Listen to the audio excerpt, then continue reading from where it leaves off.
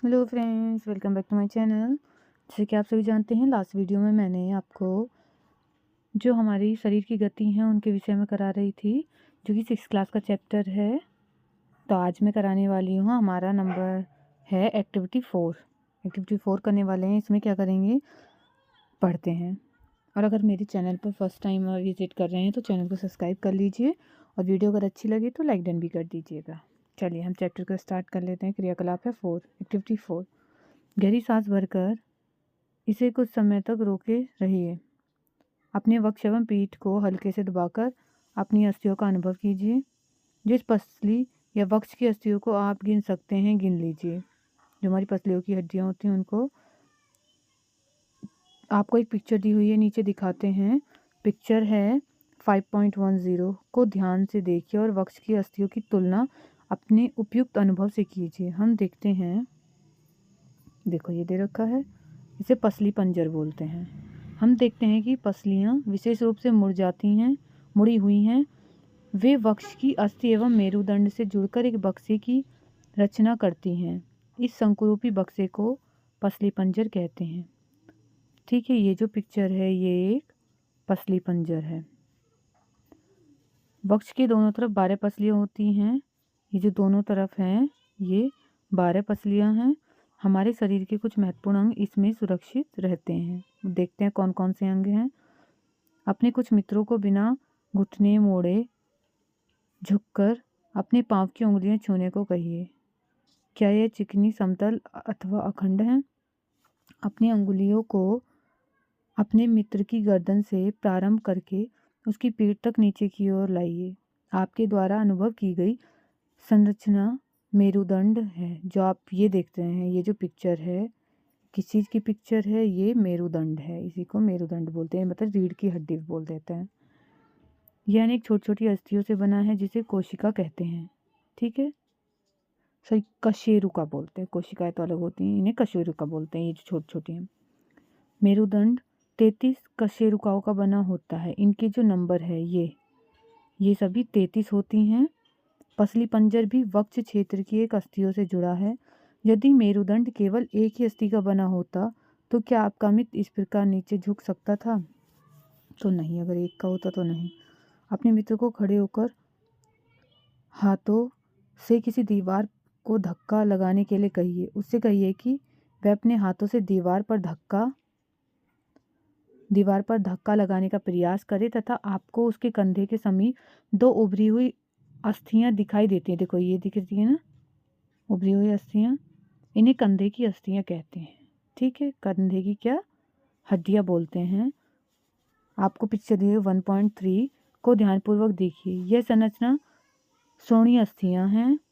यह बक्से के समान एक ऐसी संरचना बनाती हैं जो आपके आमाशय के नीचे पाई जाती हैं, मतलब पेट के नीचे पाई जाती हैं, जो आपके आमाशय के नीचे पाए जाने वाले विभिन्न अंगों की रक्षा करती हैं। यह कूल्हे वाला वह हिस्सा है जिसके सहारे आप बैठते हैं। ठीक है, कौन सा हिस्सा है जिसके सहारे हम कहीं भी बैठ पाते हैं? आपकी खोपड़ी अनेक अस्थियों के एक दूसरे से जुड़ने से बनी है। यह हमारे शरीर के अति महत्वपूर्ण अंग मस्तिष्क को परिबद्ध करके उसकी सुरक्षा करती है। हमने अपने कंकाल की, देखो कंकाल दिख रहा है, ये हमारी खोपड़ी है। अपने कंकाल की बहुत सी अस्थियों तथा संधियों के बारे में चर्चा की। कंकाल के कुछ अतिरिक्त अंग भी हैं जो हड्डियां जितने कठोर नहीं होते और जिन्हें मोड़ा जा सकता है, उन्हें उपास्थि कहते हैं। मतलब जो ज़्यादा हार्ड नहीं होते हैं और जिनको मोड़ सकते हैं उन्हें बोलते हैं उपास्थि। जैसे देखो कान की, इन्हें हम मोड़ सकते हैं ना। अपने कान को स्पर्श कीजिए। क्या आप किसी कठोर अस्थि भाव का अनुभव करते हैं जिसे मोड़ा जा सके? ऐसा प्रतीत होता है कि इसमें कोई अस्थि नहीं है। ऐसा ही प्रतीत होता है। आप इस एक्टिविटी को करके भी देख सकते हैं। क्या आपको अंगुलियों के बीच दबाने पर कर्णपाली एवं इसके ऊपर के हिस्से में कोई अंतर महसूस होता है? देखो ये जो होती है नीचे वाली जो होती है जिसे हम लॉबी बोलते हैं, तो ये कर्णपाली, और ये ऊपर की ज्योति होती है ऊपरी उपास्थि। क्या आपको ऐसा लगा कि कान का ऊपरी भाग उतना लचीला नहीं है जितना कि हमारी कर्णपाली होती है ना? सभी की लो जो होती है कर्णपाली जो होती है बहुत सॉफ्ट होती है, परंतु यह अस्थि जैसा कठोर भी नहीं है। ये उपास्थि हैं। शरीर की संधियों में भी उपास्थि पाई जाती हैं। ओके, हमने देखा कि मानव कंकाल अनेक अस्थियों, संधियों एवं उपास्थियों से मिलकर बना होता है। आप उनमें से बहुत को देख सकते हैं, मोड़ सकते हैं तथा गति दे सकते हैं। अपनी नोटबुक में कंकाल का स्वच्छ, ये तो बच्चों के लिए है, हमने अपने शरीर की उन अस्थियों एवं उनकी संधियों के विषय में जानकारी प्राप्त कर ली है जो विभिन्न प्रकार की गति करने में हमारी सहायता करती हैं। अस्थियों को इस प्रकार की गति करने योग्य कौन बनाता है? आइए इसका भी पता लगाते हैं। अपने एक हाथ की मुट्ठी बनाइए। मुट्ठी के अंगूठे से इसी बाजू के कंधे को छूने का प्रयास कीजिए। जिसके आप मुट्ठी बनाएंगे उसी से, देखो इस तरह से। क्या आप अपनी ऊपरी बाजू में कुछ परिवर्तन अनुभव करते हैं? दूसरे हाथ से इसे छूकर देखिए, क्या आपको कोई उभरा हुआ भाग दिखाई देता है? ये जो उभरा हुआ भाग है इसे पेशी कहते हैं। संकुचित लंबाई में कमी होने के कारण पेशियां उभर जाती हैं, मतलब लंबाई में अगर कमी आएगी तो पेशियां उभर जाएंगी। अब आप अपने हाथ को पुनः सामान्य स्थिति में लाइए। पेशियों को क्या होता है? क्या यह अभी भी संकुचित अवस्था में है? चलते अथवा भागते समय आप अपने पैरों की पेशियों में भी इसी प्रकार का संकुचन देख सकते हैं। संकुचन की अवस्था में पेशी छोटी, कठोर एवं मोटी हो जाती हैं। यह अस्थि को खींचती हैं। किसी अस्थि को गति प्रदान करने के लिए दो पेशियों को संयुक्त रूप से कार्य करना होता है। जब दो पेशियों में से कोई एक सिकुड़ जाती है तो अस्थि उस दिशा में खिंच जाती है। युगल की दूसरी पेशी शिथिल लंबाई में बढ़कर पतली हो जाती है, अवस्था में आ जाती है। अस्थि को विपरीत दिशा में गति करने के लिए अब शिथिल पेशी सिकुड़कर अस्थि को अपनी पूर्व स्थिति में खींचती है, जबकि पहली पेशी अब शिथिल हो जाती है। पेशी केवल खींच सकती है, यह धक्का नहीं दे सकती। अतः एक अस्थि को गति करने के लिए दो पेशियों की संयुक्त रूप से कार्य करना होता है। आई होप यहाँ तक समझ में आ गया होगा। आगे देखते हैं। आगे देख लेते हैं, क्या गति के लिए हमेशा अस्थियों एवं पेशियों की आवश्यकता होती है? दूसरे जंतु किस प्रकार चलते हैं? क्या सभी जंतुओं में अस्थियां पाई जाती हैं? और केंचुए अथवा घोंगे में क्या होता है? आइए कुछ जंतुओं की गतियों का अध्ययन करते हैं। तो अब हम पढ़ लेते हैं। नेक्स्ट टॉपिक है जंतुओं की चाल। ह्यूमंस की चाल हमने देख ली, अब हम देखने वाले जंतुओं की जो चाल होती है उसके बारे में। सबसे पहले कौन सा जंतु है? केंचुआ है। केंचुआ के बारे में देखेंगे।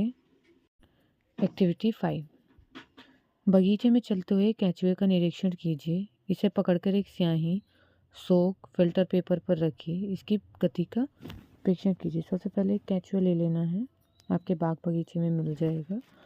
वो भी बरसात के मौसम में ज़्यादा मिलते हैं, मिट्टियों में। इसके पश्चात केंचुए को कांच की पट्टी या टाइल अथवा किसी चिकनी सतह पर रखिए। पहले तो कपड़े कागज़ पर रखना है, उसके बाद किसी कांच की पट्टी या फिर जो टाइल्स होती हैं ना घर में लगी हुई, उस पर रख सकते हैं, अथवा किसी चिकनी सतह पर रखिए तथा इसकी गति का परीक्षण कीजिए। क्या यह गति पेपर पर केंचुए की गति से भिन्न है? ऊपर की दो सतहों में से किस पर केंचुआ आसानी से चल सका? आपको देखना है केंचुआ किस में बहुत आसानी से चल पा रहा है। इधर रखिए केंचुए की गति। आगे रीड कर लेते हैं। आगे क्या है? केंचुए का शरीर एक सिरे को दूसरे से सटाकर रखे गए अनेक छल्लों से बना प्रतीत होता है। केंचुए के शरीर में अस्थियां नहीं होती, परंतु इसमें पेशियां होती हैं जो इसके शरीर के घटने और बढ़ने में सहायता करती हैं। तो इनमें क्या होता है? पेशियां होती हैं। चलने के दौरान केंचुआ अपने शरीर के पश्च भाग को भूमि में जकड़े रहता है तथा अग्रभाग को फैलाता है, मतलब पीछे को सिकुड़ के रखता है और आगे को फैलाता है। इसके बाद वह अग्रभाग से भूमि को पकड़ता है तथा पश्च भाग को स्वतंत्र कर देता है। इसके पश्चात यह शरीर को संकुचित करता है तथा पश्च भाग को आगे की ओर खींचता है। इससे वह कुछ दूरी तक आगे बढ़ता है। केंचुआ इस को बार बार दोहराते हुए मिट्टी पर आगे बढ़ता है। इसके शरीर में चिकने पदार्थ होते हैं जो इसे चलने में सहायता करते हैं। तो क्या होता है? इसकी बॉडी में चिकने पदार्थ होते हैं जो इसको चलने में हेल्प करते हैं। यह अपने शरीर के हिस्से को जमीन से किसी प्रकार टिकाता है। इसके शरीर में अनेक छोटे छोटे शूक मतलब बाल जैसी आकृति होती हैं। ये शूक पेशियों से जुड़े होते हैं। ये शूक मिट्टी में उसकी पकड़ को मजबूत बनाते हैं। केंचुआ वास्तव में अपने रास्ते में आने वाली मिट्टी को खाता है। उसका शरीर अनपचे पदार्थ को बाहर निकाल देता है। केंचुए द्वारा किया गया यह कार्य मिट्टी को उपजाऊ बना देता है, जिससे पौधों को फायदा होता है। आपने सुना होगा केंचुए को हम किसान का मित्र भी बोलते हैं। क्यों बोलते हैं? क्योंकि वो जो जिस मिट्टी में रहता है उसको उपजाऊ बना देता है, मतलब ग्रोथ करने वाली मिट्टी बना देता है, जिससे कि प्लांट अच्छे से ग्रोथ करते हैं। तो इसलिए केंचुए को किसान का मित्र कहा जाता है।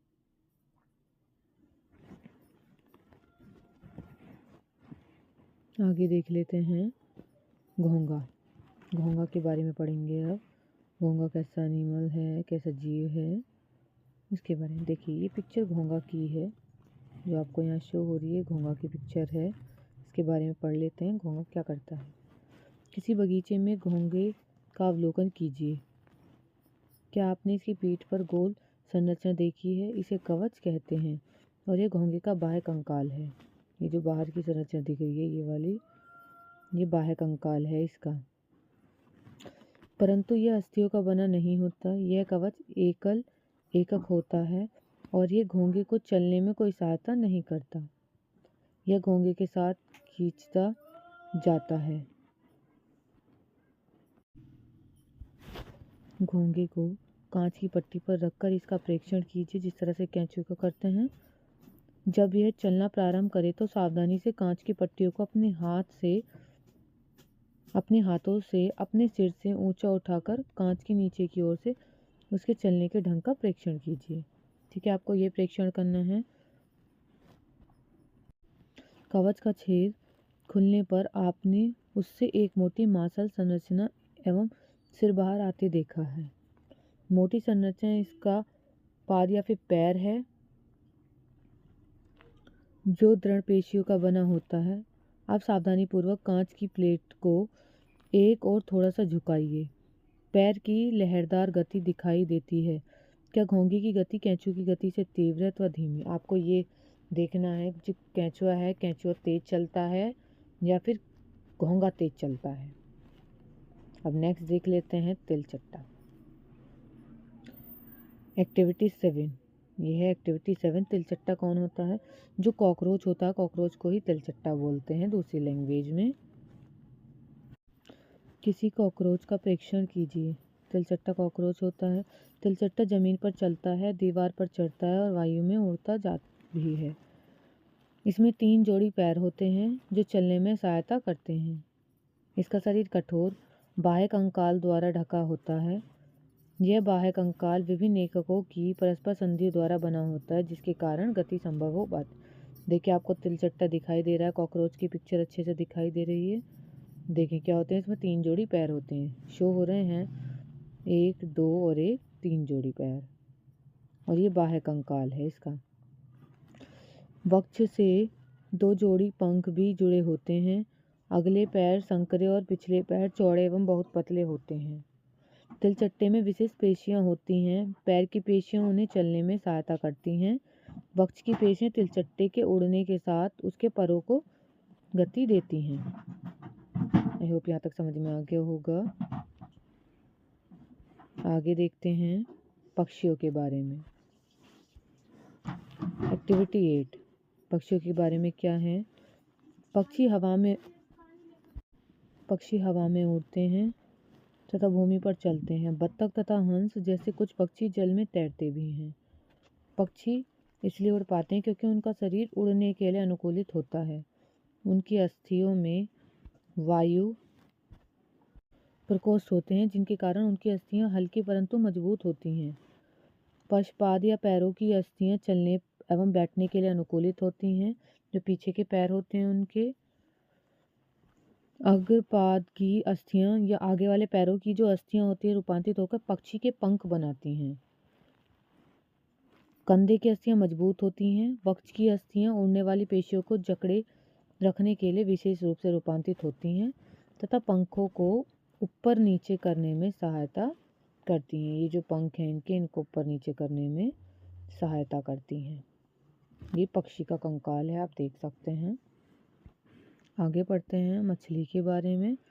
मछली की क्या विशेषताएं हैं, वो कैसे तैरती है, कैसे अपने मूवमेंट कर पाती है। मछली एक्टिविटी 9, कांच की एक नाव बनाकर उसे पानी पर इस प्रकार रखिए कि उसका नुकीला भाग आगे की ओर रहे। इसे धीरे से धक्का दीजिए।